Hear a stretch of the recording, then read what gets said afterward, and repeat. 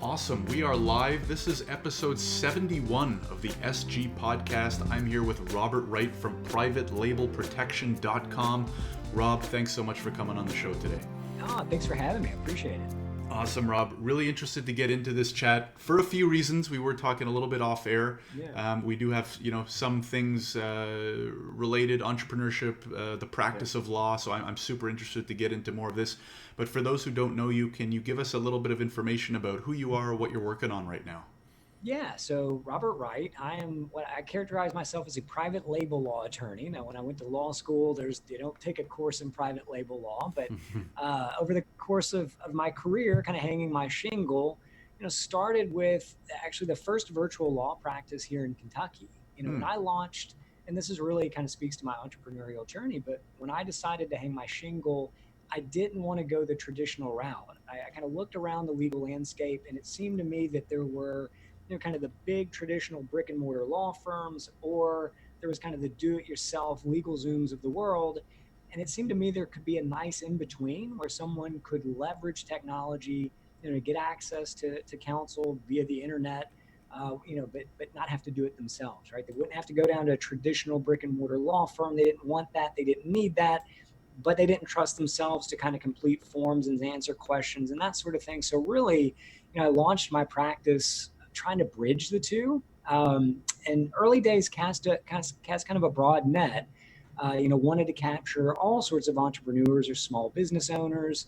Was doing contracts and even wills every once in a while, trademarks, copyrights, that sort of thing. And it was fine. It went well enough, but over the course of time, really started to niche down the practice for a couple of reasons. One, I'm a big believer in niching down and really figuring out who you want to serve and serving them in the best way possible. But then also, it's just more fun. Like, I don't like doing wills. I don't want to do wills. Great if you need one. I'm happy to refer you to somebody. Not my cup of tea. But I love trademarks and I love copyrights and I love helping people form businesses. And so started to really kind of niche down and wrap the practice around that. Interestingly enough, like as I'm kind of out there educating folks on all those things, people started coming through my online doors, and it wasn't about, I need a trademark registered, or can you help me get this copyright filed? It was literally, can you get me brand gated? Can you get me brand registered? Someone stole a buy box from me. I've been hijacked. And it opened up this whole new world for me. I'm like, what in the world are you talking about?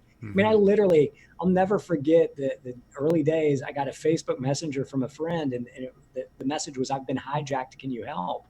I was ready to call the police. I'm like, is this guy in the back of a car somewhere? Like, what is this? Do I need proof of life?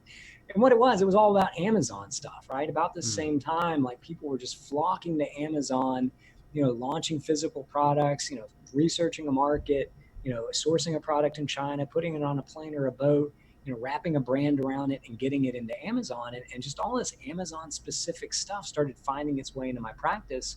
And I thought, man, I don't know anything about this, but it sounds fascinating. So I actually, to serve my clients in the best way possible, like started doing it myself. So I have a private label brand. I sell in the States and I sell throughout Europe. And I do so, one, because it's a cool business model, but secondly, like if someone comes to me and they say, hey, someone stole the buy box, or, someone stole my product photos, like I get that. Like I've had it happen to me and it hits you in the heart and it's a really big deal, right? And so, about a year and a half, 2 years ago, I just said, and I still support just kind of general e-commerce sellers as well, but like I wanted to really hang my hat on Amazon and do what I call as private label law, which is what I do now. So it's been kind of a fun journey, and certainly you meet some interesting characters, and I've got some interesting stories along the way. But it's been good. It's been fun. Yeah, it sounds super interesting for a variety of reasons, and I definitely want to dig into some of those stages along the way.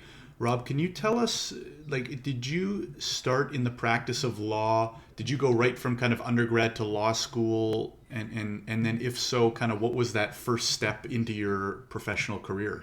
Yeah. So it's interesting. I was one of those people, I went to college initially thinking I wanted to get a psychology degree for whatever reason. Then I took Psych 101 and I'm like, yeah, this isn't for me. I don't like this. But in my final year of high school, I took a just basic civics course or basic government course. Really kind of liked that, and so I thought, okay, well, I'll give that a try.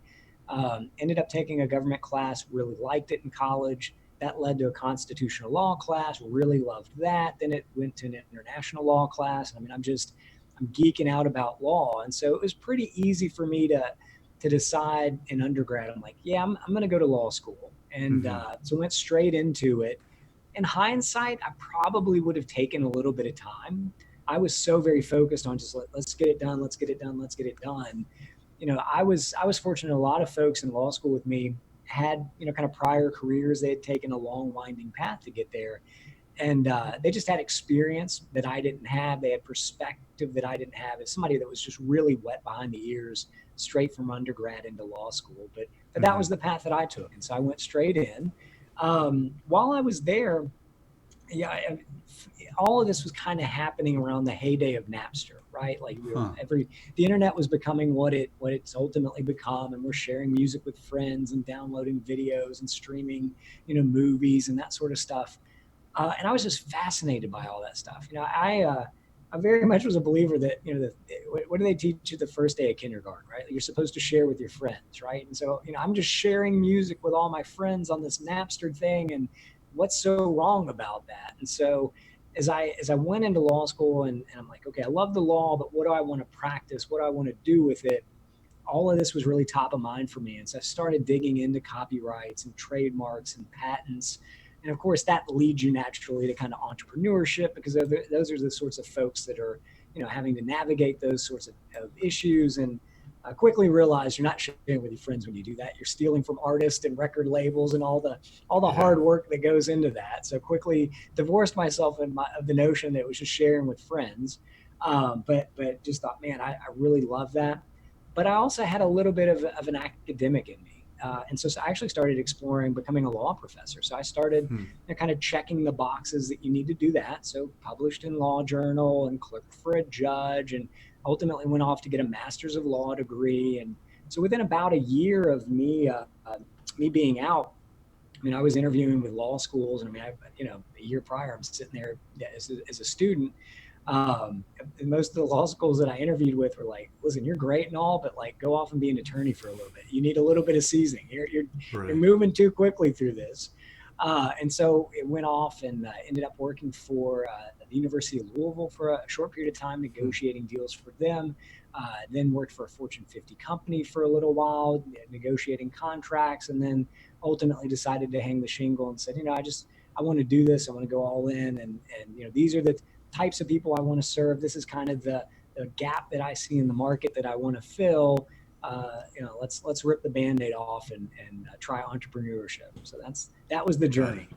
Very cool. And I can definitely relate to that first part. I also went right from undergrad to law school, and ended up making a lot of friends with people in their mid to late 20s, even early 30s. Yeah, And there's definitely a difference there, right? I really definitely is. was not I was not immature, but definitely Yeah, didn't feel as seasoned or mature as they were at the time. Although I don't have any regrets either. yeah. So Rob, what was kind of the tipping point to get you to that I want to hang the shingle, and then what were kind of the first steps, even maybe before you actually hung it?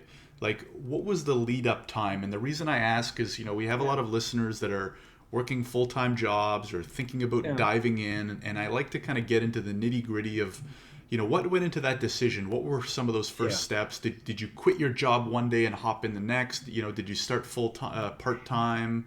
Take us through that transition if you don't mind. Yeah, absolutely. So it was very much a part-time thing at first. I mean, if I think about, kind of the tipping point of what really pushed me that way, getting a salary from a company is a very nice thing. It's a good thing, but it's also a very um, binding sort of thing. I mean, if the company doesn't need you anymore, like you're just gone, right? You're a line item on a spreadsheet somewhere, and that's a little bit disconcerting. There was very much I had a feeling of wanting to kind of put my future in my own hands. If I can't count on myself, if I can't bank on myself, then who can I bank on, right? And so understanding that there were going to be challenges, just that rationalization, that realization of I want to be in control as opposed to some faceless person that I'm never going to see, kind of being in control of my career, my life, my family. It was very uncomfortable for me, and that's really kind of what started getting me exploring entrepreneurship. Now, obviously, having a law degree, that was kind of a natural thing that I gravitated towards, right? Because I'm like, okay, well, what are my skills, right? Well, Mm-hmm. I have legal skills. Okay, so what can I do with it? So then I started to kind of look around the market. I'm like, I could hang a traditional shingle, I could rent space, I could be down by the courthouse, I could do all those sorts of things. But how does that separate me from everybody else who does that? And you know this. I mean, Mm-hmm. lawyers are largely a dime a dozen. I mean, here in the States, we just push people through law school.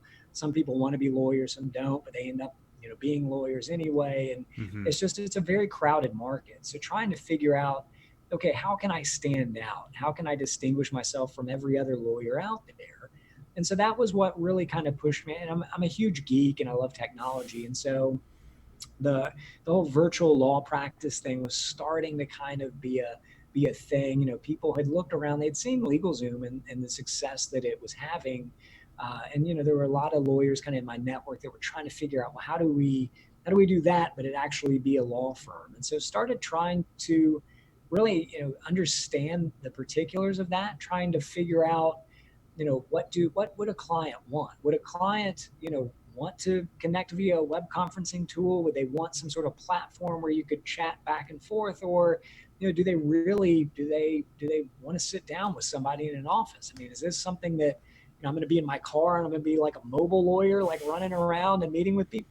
I don't know, but it really trying to somehow validate the market for what I was looking to do in the most efficient way possible. And that takes a little bit of time, right? Mm-hmm. Because I mean, you can't just blanket a survey, to people about that sort of thing. You got to kind of talk with people, and mentors, kind of getting their perspective on it, and just kind of piecing that together. And I had a buddy who was doing the launching the practice with me at this point, and that was a good thing, and that we were inspired by one another. We'd get energy from one another as we were talking about ideas and bouncing ideas back and forth. Um, but what we ultimately didn't realize was this is a lot of hard work, right? I mean, I Mm-hmm. was very naive to think that we could just launch a website and then people would just show up at the website, and you're just working for yourself and you're making money and you don't have to promote or market or do anything like that. Mm-hmm. It was just that was a real, if I think about early days, kind of that splash of cold water in your face, it was really, we spent so much time on this website. It was going to be so amazing. It was going to do this. And I mean, champagne was going to fall from the heavens. Velvet ropes were going to part. I mean, this was the perfect website, and it was crickets, man. Like Yeah. nobody showed up, and I'm like, what do we do with this? And so that was when it got real for me. Of okay, having a website's not enough. We've got to get out there. We've got to network. We've got to promote. And that was a journey. Mm-hmm. Because if I could go back and do one thing earlier, it would be learning a bit more about marketing, finding a mentor that knew about marketing. And I'm not talking about someone that specializes in pay-per-click ads or Facebook ads necessarily, but somebody that really understands. What I ultimately discovered was start with the person you want to serve. Call them an avatar, call them an ideal customer, call them whatever you want to call them, right? But Mm-hmm. who are they? And then, where do they hang out? What do they need? What are they talking about? Really understand your customer, because if you understand your customer, then you can start to form a business around it.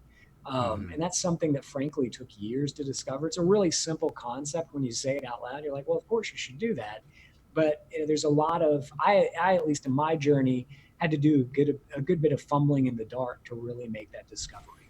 Oh yeah, I think that's a natural part of almost any entrepreneurial journey, which makes it so interesting. And I totally agree. I mean, I had a similar experience, and I actually just wrote on Friday. We have the weekly SG email I send every Friday Mm-hmm. with just kind of some updates and what's top of mind. And I was talking about how underrated marketing is in general, but also especially in the startup scene where typically you don't see early, even mid-stage startups kind of hiring for or focusing on marketing, despite I think how beneficial and important it can be, especially today with the prevalence of social media and building your communities, et cetera, et cetera.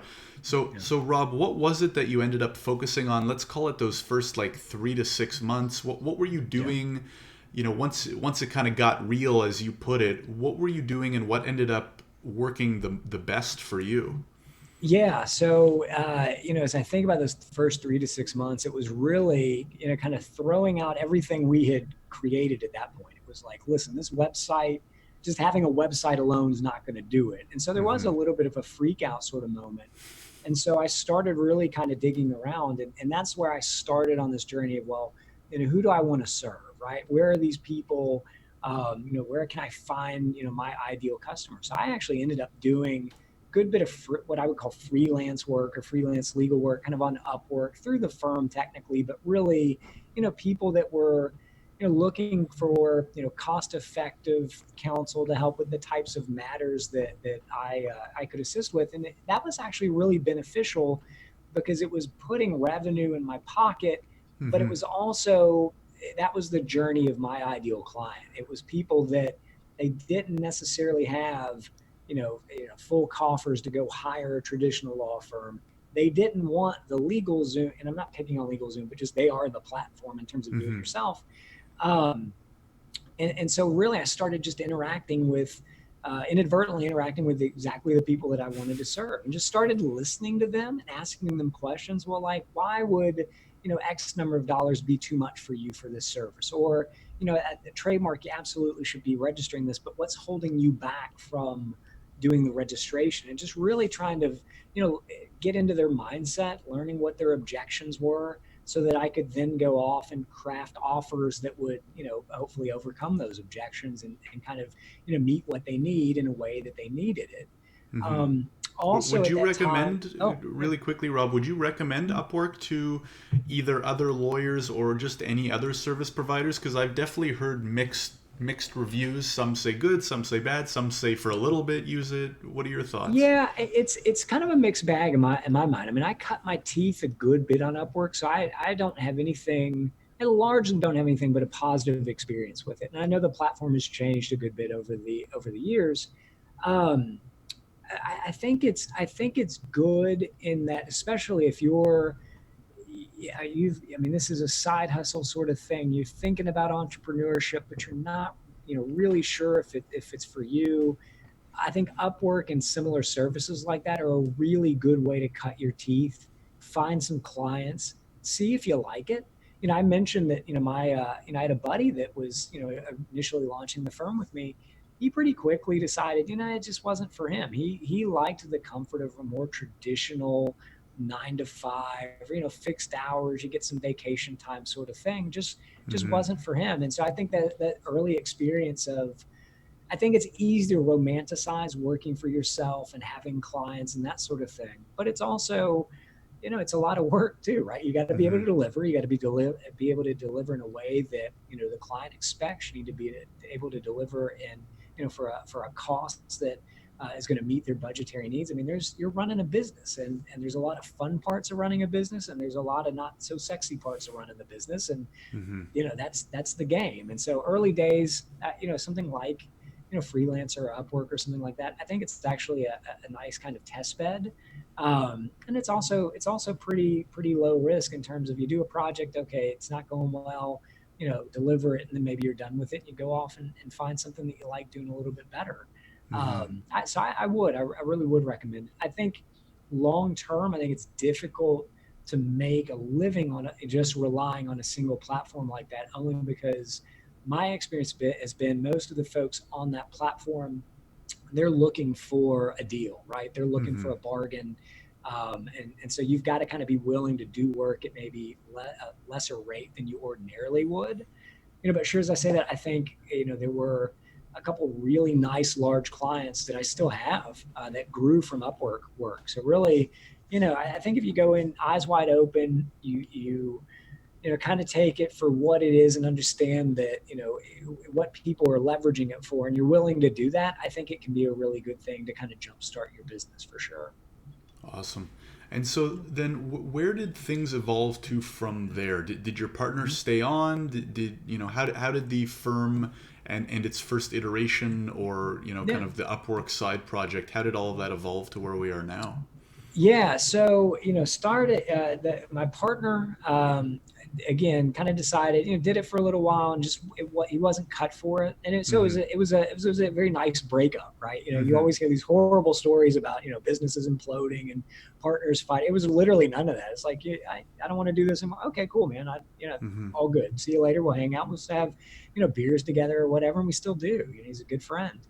Um, but at that point, it put it was refreshing in a way, because all of a sudden it wasn't the two of us doing this thing and, hey, what do you think, should we do this? Okay, no, maybe we shouldn't do this. Like, the back and forth cut down, and it was literally, it was my way or the highway. It was me, either fail or succeed. And that was scary, but also very refreshing at the same time. And so I looked Mm-hmm. at the practice and I said, okay, the will stuff, I'm not doing that.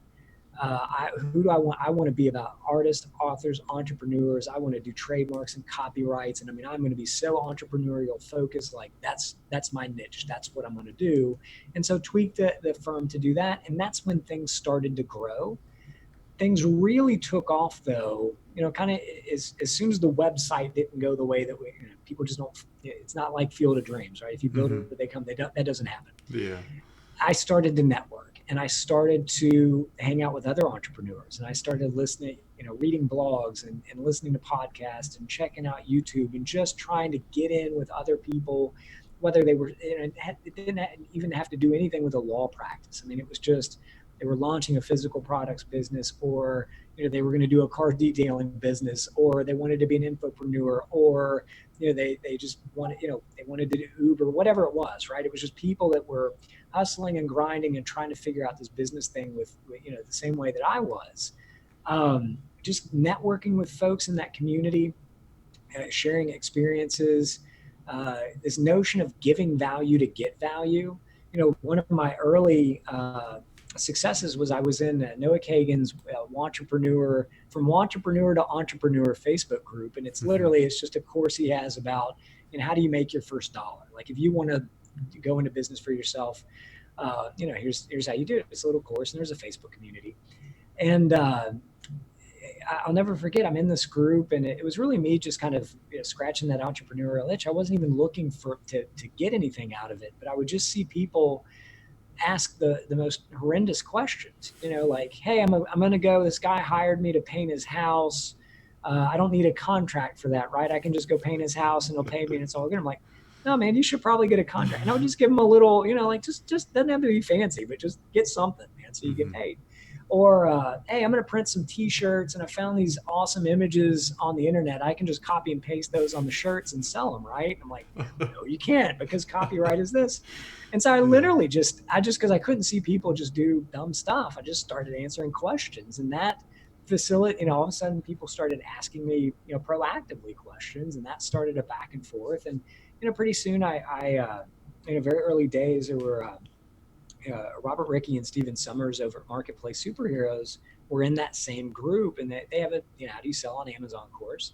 And we just started kind of talking back and forth and really hit it off. And, the next thing you know, I'm helping them with some stuff, and then they're helping me with some stuff. And I mean, they mentored me on learning private label, and, kind of the rest is history in terms of, I really want to do private label law, because it's interesting. The people are interesting. The business is interesting. Yeah, so really, if I go back, it was, you know, get out there, cut your teeth, network with people that you want to hang with, learn from them, implement what you've learned to kind of grow and scale. But it's a process. I mean, I think if I think back to it, that's the thing that resonates with me, is that stuff doesn't happen overnight. Mm-hmm. It's a long road, and you've really got to be committed to it, and you've got to be really confident in what you're doing. And if something's not working, you've got to recognize that, and you've got to be able to pivot, kind of with the market. I mean, I think about, all this COVID stuff right now, and all the businesses that have, you look at the successful businesses, and it's the ones that have said, oh, man, everything's digital right now. Let's pivot to digital. and they've been able to do it, those sorts of folks are going to thrive. Mm-hmm. And they're making it up in real time, and that's entrepreneurship at its finest. Is really just what are the conditions, what does the market look like, and pivoting, and being willing to do that is crucial on the journey. Absolutely. Yeah, it's a great answer. And it's funny because after doing, now a few dozen of these, I definitely noticed some themes. One of them being you're not the first guest. In fact, you're not even the second or third guest to have gotten a good ball rolling from a Facebook group. Yeah. In and of itself, and or something similar, right? Could be Reddit threads, or subreddit, in-person events, combination of all of them. But the importance of networking, I don't think can be highlighted enough, no matter what you're doing or what industry you're in. So that's really great. So Rob, what do you think it took to kind of get, once the ball was rolling, to kind of get to the, higher tier, like kind of like where you are right now, kind of, it was great to hear kind of how you got the ball rolling. What's been kind of like the last year or two kind of focus to get to where you're at now? It's funny. It's addition by subtraction. There for a while, I think as you're growing and scaling to whatever point you want to grow to. I'm quick to always kind of point out, like, bigger isn't always better, right? I mean, sometimes there's just a nice sweet spot where you're able to balance, putting some food on the table, having time with your family, and just, your own personal interests, whatever you want to do. Really for me, the last year and a half, 2 years has been, I don't necessarily need to be everything to everybody. Like, I want to zero in on just a handful of things that I do really well. I serve my clients really well. And if what I'm being asked is something that's not in that sweet spot, referring it out or making a connection elsewhere, or, kind of basically turning away business, which early days seems really counterintuitive because we have this more. You've just got to feed the beast sort of mentality. But at some point in time, I think we all owe it to ourselves to really kind of look around and ask yourself, okay, is number one, are those things that I want to do? Like, am I passionate about them, or is it just a revenue sort of thing? And I mean, there's sometimes a revenue sort of thing is fine, and that's what you need. But when it's a really freeing, great experience when you're like, you know what, that would be great revenue, but I can, at the same time that I would spend doing that, if I put it over here, the investment's actually going to be X on whatever money's coming in the door for doing that service. But really just kind of figuring out, like, in the universe of things that I do, what I want to do and how do I do them in the best possible way that I can. I mean, just really, my goal is to, if you work with me, like, and you need a trademark registered, I'm going to be there with you throughout the whole process, and we're either going to nail it or we're not going to nail it. If we didn't nail it, it's not because you weren't, informed and advised along the way. I mean, I want to, if this is your brand, it's my brand, it's personal to me. Let's get that thing registered. Let's get you it, brand registered on Amazon, like whatever your why is, let's nail it. And just being able to serve people in that sort of way, because I'm not pulled in a million directions, and I'm not doing, this contract and this trademark thing, and then, handling the settlement thing over here and the account thing over there. Like, really just kind of saying, here's my menu, and it's a really good menu. And if you don't want something that's on the menu, let me connect with you with somebody that can help you. It's been refreshing. Yeah. Yeah, I totally relate, and I think it's super important to figure out, kind of like you said, figure out your ideal client, figure out your ideal business, right? Do you want to keep it nice and small and niche? Do you want to build this, global empire? And you'll probably have to stay up a little bit later at night, the pros and cons of each. But I was the same way with my practice. I did one or two specific immigration applications, and that was it. And if I did them very well and people knew to come to me for that, and if not, I would, refer them out very similarly. And there's a lot of pros to doing it that way. Awesome. So, Rob, I do want to spend the last few minutes talking about that topic that you are so knowledgeable about, is the patenting and trademarking. Yeah. For those who have no idea, let's say, some of those people within that Facebook group, maybe, can you give a quick kind of definition or a broad overview of the practice and what you focus on? Yeah, absolutely. So let me just talk about intellectual property generally, because it's a buzzword, especially in the startup community, and everybody kind of knows, oh, you've got to own your IP, and intellectual property is everything. Intellectual property in and of itself doesn't really mean anything. It's a really broad umbrella under which you have four basic flavors, right? There's patents, there's trade secrets, there's copyrights, and there are trademarks. Trademarks protect names, logos, and slogans. So I always think about Nike when I think about trademarks. There's Nike the term, there's the iconic swoosh, there's Hmm. the tagline, just do it. It's your branding. Like trademarks protect your branding. Copyrights protect original works of authorship. So, if you're doing business online and you're selling physical products, your product photos, your sales copy, maybe your retail packaging, if you're an entrepreneur, maybe you're created a course or I mean that's copyrightable. That's something that I promise you is going to be pirated all over the place. Even if it's the least successful course you've ever launched, like somebody's going to copy it, throw it up on a server somewhere. And I was looking Friday, one of my clients, somebody's hawking their course for $25. So Hmm. we got to deal with that. But copyrights protecting your original works of authorship. Patents, two types are design patents, which protect the look and feel of an item, utility patents, which protect the utility or usefulness of an item. Entrepreneurs get very, very focused on patents, and they certainly should. My word of caution with patents is that patenting is a very expensive process. It's a very time consuming process. And if you are, early days, you're a solopreneur, you're kind of, still in that side hustle sort of mode, certainly be aware of patents. And, if you're coming up with something that's useful, it's new, it's non-obvious, you're going to want to explore that, but don't just jump to patenting. I mean, you're going to spend, an easy 10 grand on a utility patent in several years. And oh, by the way, you're going to have to enforce it, on the other side of that. And that's going to cost money too. And so, just be aware of that before you go headlong into it. Right. And then trade secrets I like talking about because they're fun. Recipes, mostly, things like the formula for Coca-Cola, the Hmm. secret blend of herbs and spices for KFC, Bush's baked beans, all trade secreted. Not a ton of trade secrets in the entrepreneur world, but they're kind of the black sheep of the IP family, and so I mentioned them just so that they're not the black sheep, and that they're, maybe you have a process or a methodology that's unique to you, and it's certainly sensitive. Making sure you protect that through trade secret is a good thing to do. So, Awesome. really, as I talk to folks, it's really and help entrepreneurs, it's navigating those four different lanes, and really most of the time, working with them to say, okay, these aren't distinct silos, right? So like whatever your it is, whether it's an invention, it's a physical product that you bought off the shelf, it's a course, it's software, it's whatever it is. Well, figure out how you can wrap all those layers of intellectual property protection that you possibly can. Trademarking the brand name and the works of authorship aspect, whether it's the coding or the instruction manual, or maybe it's the design on the T-shirt, whatever it is, like copywriting that. If there's a useful, non-obvious way that the thing does whatever it does, exploring patents. If it's designed in kind of a unique way, maybe exploring a design patent on it, but really taking treating it like the beautiful gift that it is, and wrapping it in as many layers of protection as possible, instead of just one.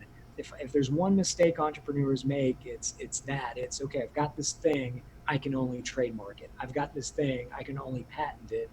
Really, that next level analysis is okay. How can I wrap it in as many layers of protection as possible, so that if one, for whatever reason, kind of fails you, you've got some fallbacks.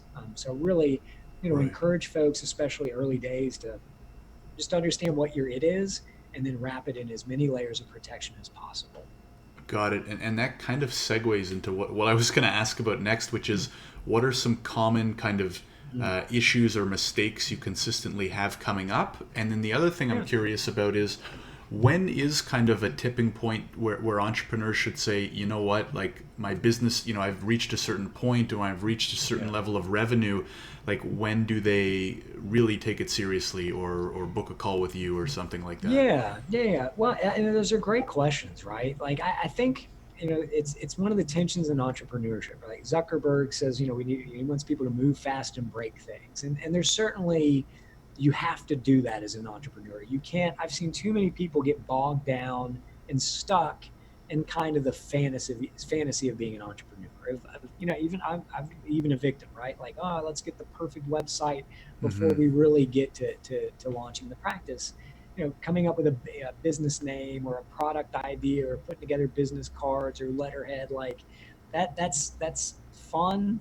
That's not moving fast. You've got to move fast. You got to break things. You got to be willing to make mistakes and kind of deal with the fallout from that. But to me, one of the biggest mistakes that I see entrepreneurs make is they don't treat their business seriously enough as soon as they should. If I'm out there, I don't care if I've got a podcasting agency or I'm doing freelance photography for somebody or I'm developing a course or I'm I'm doing car detailing. If you're out there doing business, you should have a proper business vehicle that you're operating through.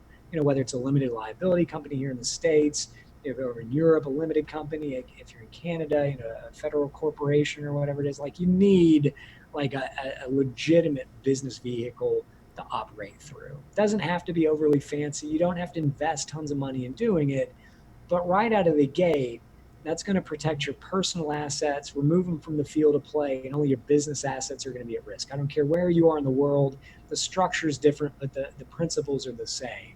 So having that, just keep your personal stuff separate from your business stuff, form an entity, and then frankly, you're just going to be taken more seriously if you're operating as a legitimate business entity than just, Mm-hmm. Joe Smith at gmail.com LLC or whatever. Like they're just it adds an air of seriousness without a ton of cost.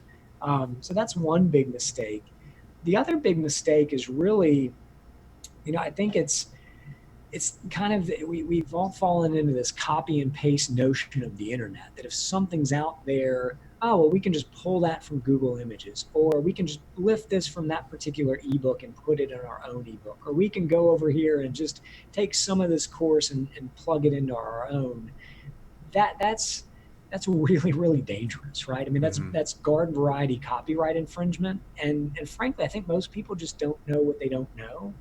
Early days, I had a lot of people who did T-shirt sales on Teespring. They would kind of create a campaign, throw it up there, and just if whatever the new cool thing was, they were selling shirts, and they did really really well.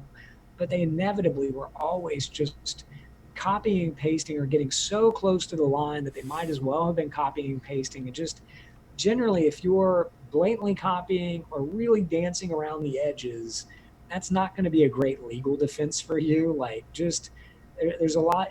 Originality's much more difficult than copying, but long term, it's much safer. It's also a way to really distinguish yourself from all the other people that are selling a similar type T-shirt or a similar type ebook or a similar type course. Sometimes rolling up your sleeves and actually putting in the work with your own original thoughts, images, whatever it would be, is really legally, it's always the best play. But from a business perspective, oftentimes it's the best play too, especially early days when if you can figure out a way to validate whatever your offer is and then go off and create it without the Mm-hmm. copying and pasting. That's a really easy kind of best of both worlds sort of fix. One, you've got people already signed up for the book or the course or the whatever, and then it makes sense to go out and create it, and you can create it originally and not worry about am I stealing somebody else's stuff. Right. Awesome. Yeah, great question. Great answer, Rob. Just a couple last ones. I want to shift or ask quickly about kind of the personal development side of things. Yeah. For one reason, because I always like to dip a little bit into the topic, and number two, I notice a few Yeah. Tim Ferriss books sitting up there Yeah. behind you. So I have to ask, what were you relying on in terms of resources along your journey? And any books that you highly recommend or stick out? As you can see, I'm no stranger to them, and so I Yeah. always Yeah. like to Yeah. get Yeah. a couple recommendations. Yeah, so I've always been. I'm not as law school kind of kicked the reader out of me that Hmm. I used to have. But I find myself just kind of chunking out pieces of books, and so Ferris's Tribe of Mentors I've found really, really helpful. Just being able to kind of get quick, actionable guidance from people in a real different spectrum of subject matter expertise is it's one Mm-hmm. of my favorites, and that's why it's on the shelf. The 4 Hour Work Week, obviously, kind of a classic in terms of, that's what we all aspire to, of just kind of having the freedom that book represents. But really, what's been successful for me in terms of personal development is mentorship, and in two different ways. One, connecting with people and being mentored by people that are more successful than me, smarter than me, and just really learning from them, watching what they do. Being humble that I don't know everything and these folks do, and let me just learn from them. Mm-hmm. But then also kind of finding folks that are a little newer on the journey, that know less than me. And I don't mean that in a condescending way, but they're just not, they haven't yet traveled the path that I've traveled. They're not that far along in their journey. And so being able to, I don't want to say teach, that seems like a strong word, but just share what I know and what my experiences have been, so that their journey might be a little bit smoother than mine was. Kind of that twofold mentorship of learning from people that are smarter than you, that know more than you, but then also taking what you do know and sharing it with people, and connecting people that are earlier in the journey with folks in your network, has been really, really helpful for me. Mm-hmm. I figure if learning's the easy part, right? Like just listening and kind of being open to new ideas and how people think about things and how people do things. But then also, if you're able to take that and then teach somebody else, well, then you really know it, right? And so Right. it's kind of self-serving, as I say it that way, but it really is of if I'm able to explain something to you, somebody that doesn't know it, and they're able to do something with it, okay, good. That means I've got a pretty good foothold on it, and I know it myself, which is beneficial to me. So Awesome. mentorship, really huge, huge key in my journey. Yeah, and that's definitely been another theme that I've noticed from a lot of our guests, how important that can be. Awesome, Rob. Well, this has been really great hearing your story, getting a lot of these insights. If people do want to learn more about you, follow you specifically, or maybe they do need some of that IP assistance, where do you Yeah. recommend that they check you out? Yeah, check me out. You can head over to privatelabelprotection.com. So it's certainly a very private label centric website, which is what I do. So head on over. There's a bullet or a bulletproof your brand and business template that you can download. So whether you're doing if you're doing private label, obviously it's 100% applicable to you. But generally, just if you're doing entrepreneurship in any form or fashion, kind of the steps that I've laid out in that blueprint are going to be really helpful for you. Really, as I work with clients, it's helping them protect their personal assets through a business entity, bulletproofing their brand with trademarks, weaponizing their works of authorship with copyright, and then safeguarding your sales with some tips and strategies for, you've done all that sort of stuff. Well, how do you enforce your rights? Again, private label selling is 100% applicable, certainly applicable to folks that are doing any sort of business online. So check it out. You'll be a little bit wiser for the wear if you do. Awesome. Great, Rob. Well, thanks again for coming on the air. We really Yeah, appreciate it. absolutely. Thanks for having me. Appreciate it.